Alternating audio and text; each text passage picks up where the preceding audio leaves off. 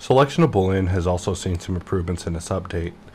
To show selection Boolean action, we'll just tab in, press 2 to select edges, and we'll just bevel this edge very quick. Select this face, and then control click to this face to select everything in between. A few things I want you to notice is that whenever we use selection of Boolean, that first it puts us in the inset phase, then we click and it puts us in the extrude phase, and then when we click, we're placed back in edit mode. That placing in edit mode was always a little bit strange, but selection of Boolean has definitely gone through its share of adventure. In fact, it previously was very destructive and did not have the ability for it to drop you off with a solidify modifier allowing you to do things like this in the event. But also it's more flexible than ever. So if we jump over to the latest version of HardOps, there's been some system improvements where it should actually behave a little bit faster than before, but also it now drops you in object mode. So if we select selection of Boolean and we perform an operation, we click, we see that we're in object mode, but also the selection has been restored on the Boolean object, which is an improvement, meaning that we could just press Q and quickly adjust the solidification. If we jump back to the previous version of Blender and we attempt that maneuver again with, say, this face on the side, press Q, go under ST3 Mesh Tools and Selection of Boolean, and we perform that operation, we see that we're dropped into edit mode and our selection is actually the main object, meaning that we have to give an additional click to selecting this and then press Q and adjust the solidification, which in my opinion is just a little bit extra. So to showcase that in action again, we select these two faces, we press Q, we go under Booleans, choose selection of Boolean, we perform our inset, we click, perform our extrude, click and apply, we still have our object selected. So it's just letting you know that you can now use selection Boolean, selection to Boolean even faster than ever, and it should be even better than it was before. It's still something that we're always in the process of improving.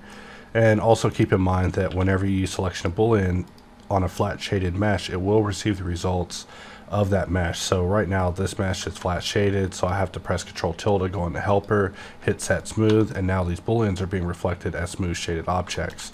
However, this one isn't. I could press Alt W, switch over to Hops tool, and just using Control, just hovering over the dots until I see the shape I want, bring this up and Control tilde, set smooth, and now this object has been made smooth.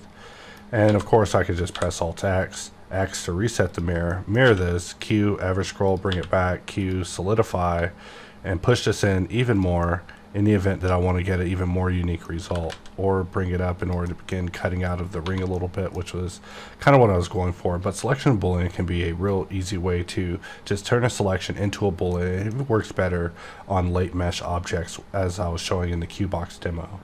So here we have a slightly more complex model than the boxy example I was showing previous. And I'm just going to go in edit mode, select these pieces, control click to select to here, select this face, and then control click to here to select everything in between. If we press Q and we go to SC3 Mesh Tools and we just jump to selection of Boolean, we see that we're able to perform our inset phase, we're able to click to perform our extrusion, and of course it's going to be a little bit slow because of how heavy things are, but we've now performed our extrusion on this particular mesh. So to show the next steps in action, we'll jump over to rendered mode where you can see the rendered result.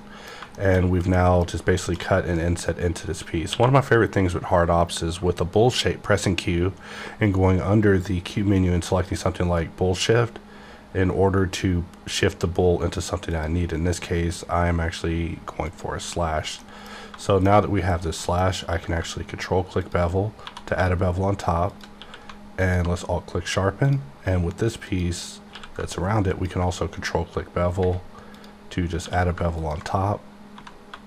Press 1, narrow it down a little bit, alt click sharpen in order to get the shading just right, and just like that we've performed a slice of this section of the side of the model. So this is just one of the ways that I've been experimenting with selection of bool on my Qbox demonstrations. In fact, to take it even further, I could just press Q, go under Smart Apply to apply everything that matters that's going to be getting in my way, and we'll just snap our cursor here and then press 3, jump to face mode. We'll select this face to this face, this face to this face, and by pressing period we can set our snapping point to be 3D cursor, and we'll press SX0 in order to flatten this. And now we actually have this piece just kind of extruding out in an interesting fashion with the inset around it still contoured to the form. So I've just been playing a lot with just form contouring lately whenever it comes to my box studies, but just to show a little bit of just how it can be applicable in an actual example, I wanted to just show how I've been using it with cue boxes.